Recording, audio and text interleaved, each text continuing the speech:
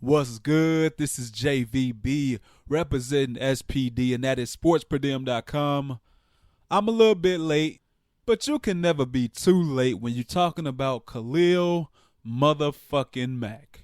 Now, some of you all already know that I've been doing videos for every Chicago Bear that made the NFL Top 100 list of 2019. I've done a video on Kyle Fuller, who came in at 95. Then it was Akeem Hicks at number 39. Then followed by Eddie Jackson at number 30. And now I'm doing a video, last but definitely not least, coming in at number 3, Mr. Khalil Mack. Now, this is Khalil Mack's best showing on the NFL Top 100 list, and it's also the best showing for any Chicago Bear ever on the NFL Top 100 list, and they've been doing this for like the last 10 years or so. I believe the highest ranked guy, and I could be wrong, but I doubt it, previously was Julius Peppers, who was also a big-time acquisition at the time for the Chicago Bears, and just like Julius Peppers did back in the day, Khalil Mack did that, and he probably did it even better than Julius Peppers because this man made everybody better. Just like Julius Peppers, I don't want to discount what Julius did because he was great. The Bears needed a guy like that. They already had a really good defense, and he just further solidified the defense. He made everybody around him better, and there's no doubt that he's a future Hall of Famer. So I don't want to discount what Julius Peppers did because he was awesome. But the same could be said for Khalil motherfucking Mack. He made everybody better. The entire defensive unit as a whole, that's the defensive line, the linebackers, the secondary, the defensive coordinator, the defensive position coaches. Hell, even the offensive coordinator, which is the head coach and Matt Nagy, the quarterbacks coach, the wide receivers coach, the running back coach, the special teams coaches. Well, maybe not the special teams coaches, but he made everybody better. He is that great of a player, and I know he came in at number 3 behind Drew Brees, who was number 2, and Aaron Donald, who was number 1. But let's keep it 100. It's Aaron Donald and Khalil Mack, 1A and 1B. They are the 2 best players in the game today. And right now it's going to seem like I'm throwing a little bit of shade because I honestly believe that Khalil Mack has made a bigger difference on his team than Aaron Donald has. Look at that Rams defense last year. Look at the Bears defense last year. I know the Rams got some names on that defense, but if it was you, the person listening to this right now, which defense would you select? The Los Angeles Rams or the Chicago Bears? If you said the Chicago Bears, well, guess what? You're correct. And no, that's not me drinking the Bears Kool-Aid.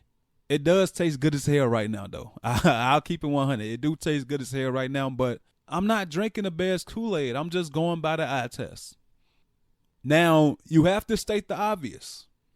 Aaron Donald is a monster. He is a dominant force, but best believe Khalil Mack is right there neck and neck with him.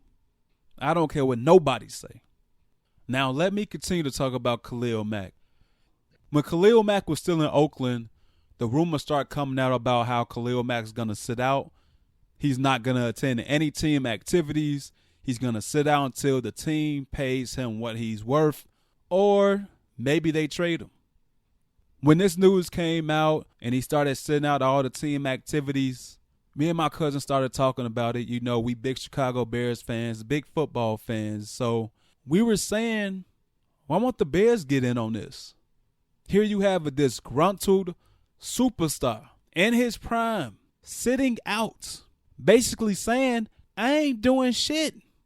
I'm not playing for you guys no more. I'm not doing anything with this team anymore until I get paid. And then you have the Oakland Raiders changing coaches, signing John Gruden, getting him out the booth at ESPN, signing him to a 10-year, $100 million contract.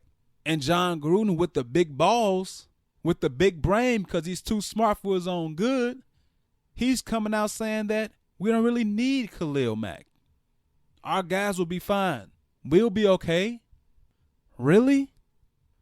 Really? So you have this man coming in, blowing smoke up everybody's ass, and you have this superstar, 26-year-old man approaching the prime of his career. So like I said, me and my cousin was like, why won't the Bears get on this? Why won't the Bears trade away 2 first-round picks, maybe a 3rd-round pick, maybe a 4th-round pick, whatever it takes, but we know it's going to be at least a couple of 1st-round picks. You know, you drafted Mitch Trubisky 2nd overall. You went out of free agency, you signed Allen Robinson, you signed Trey Burton, you signed Taylor Gabriel, 3 guys in their mid-20s. Then on the other side of the ball, you already have a pretty good young defense. You know, you drafted Roquan Smith with a top 10 pick this past draft. So you're pretty much good. But one thing that you do need is some more pass rushing. Because on the offensive side, you can never have too much receiving. Now on the flip side, the defensive side of the ball, you can never have too much pass rushing. And unfortunately, that's what the Bears lacked. Part of that being Leonard Floyd, who just couldn't stay healthy. You know, he showed flashes, but he couldn't really stay on the field. And when he was on the field, oftentimes he'll get pushed back. Oftentimes he won't even give you a rush. So the Bears needed pass rushing.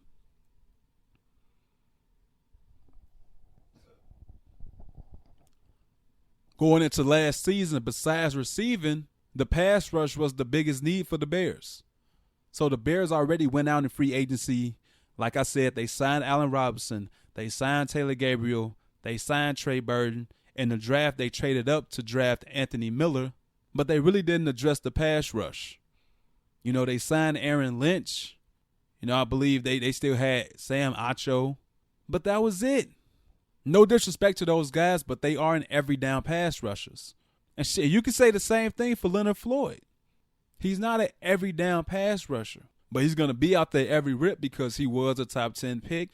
They want to try to squeeze out some kind of good return on that investment. Time still will tell with that, but the Bears needed pass rushing, and ironically enough, there was a disgruntled, pissed off, superstar pass rusher in his prime apparently on the market. So me and my cousin was like, why not? You don't have anything to lose. You can afford to trade multiple first-round picks if you need to. This player, this man, Khalil Mack, is a once-in-a-generation player. If you have the resources, if you have the salary cap to go out and get a man of that caliber that can change your team, you make that shit happen. And yet, to my surprise, to our surprise, to a lot of Chicago Bears fans' surprise, and some of them Green Bay Packer fans' surprises, on one rainy, chilly Saturday morning, I get the notification and I see that the Chicago Bears have traded multiple first-round picks for Khalil Mack. When I saw that, man, I was happy as hell. I couldn't believe that something that we talked about, something that me and my cousin talked about, that we were telling others about, it actually happened. And this wasn't a pie in the sky kind of deal. You know, the Bears needed this. This was something that the Bears should have done. So to see Ryan Pace go out there and go all in and make the trade for Khalil Mack, that was fucking awesome. It didn't take that long to see how awesome that actually was, because in the very first game of the season, in the very first half of that Sunday night opener against the Green Bay Packers, Khalil Mack went the fuck off. A sack, a forced fumble, an interception returned for a touchdown. He validated Ryan Pace and the Bears for making that move in the first half of that game. And at the same time, made John Gruden and the Oakland Raiders franchise look stupid as fuck for letting the man go. Now, the Bears end up losing that game. And although there were some, Chris Collinsworth, who believed the loss would set the Bears back decades, how fucking wrong was he? Because the Bears actually took that momentum. They put that chip on their shoulder, and they went through the whole season. They won the NFC North. After losing that game to the Green Bay Packers, they won every single other game within the division, and they were just a Cody Parkey away from getting further into the playoffs and possibly winning the Super Bowl. And no, again, although the Kool-Aid is good, that's not me drinking it right now. That's just me being real. The Chicago Bears were a legit Super Bowl contender, and you have to give credit first to Khalil Mack. Now, Khalil did sprain his ankle something fierce against the Miami Dolphins, so he was just a body in that game. He was just a body in that New England Patriots game. Then Matt Nagy and everybody thought smart about it, and they said, let's sit this man out a couple of weeks because we need this man to be healthy for the long run. And that was the smart move to make because it was obvious that he was affected by that ankle injury against the Miami Dolphins and the New England Patriots, so it was best to put him on ice for a couple of weeks and let him get healthy. And we see how good that time off was for him because when he came back, he basically continued where he left off before he fucked his ankle up. But to sum it all up, to wrap it all up, Ryan Pace should have won Executive of the Year just for that one move. And he made plenty of good moves last season. But just for that one move, acquiring Khalil Mack, he should have won Executive of the Year. Khalil Mack is a generational player. If he stays healthy, he is definitely going to canon. He's going to definitely be a Hall of Famer. He makes everybody around him better. And I really want to see Leonard Floyd take advantage of that this year. So now for Leonard Floyd, it's time to put up or shut up because you have the best in the game on the other side of you. He takes up all the attention. And then you have the bulldozers up front and Akeem Hicks and Eddie Goldman and company. So there is no reason why you can't eat. Leonard Floyd needs to step up and be Khalil Mack's sidekick. And that's not a disrespectful term because Khalil Mack is just that fucking good. To be Khalil Mack's sidekick is a compliment. But now it's time for Leonard Floyd to play because if he don't get paid. Whether that's here with the Bears or that's somewhere else in free agency in a couple of years. But he needs to take advantage of having Khalil Mack on the other side of him because Khalil Mack's the best in the game. What do I think Khalil Mack's going to do this year? Like he said, total domination. Just like it is every season. Total domination.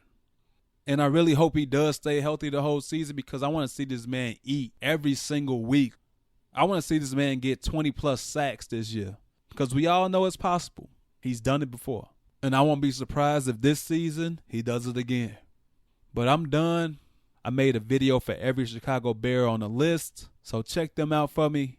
Also, check out my other Chicago Bears videos and whatever else you may like on the channel. But support all of it, man. Like all of it. Share all of it. I'd appreciate it. Again, thanks for listening. Like this video and share this video with fellow Bears fans, fellow football fans, fellow Chicago sports fans. Share with everybody. And also, do not forget to subscribe to the channel. Until next time, take it easy. God bless. Bear down. Peace.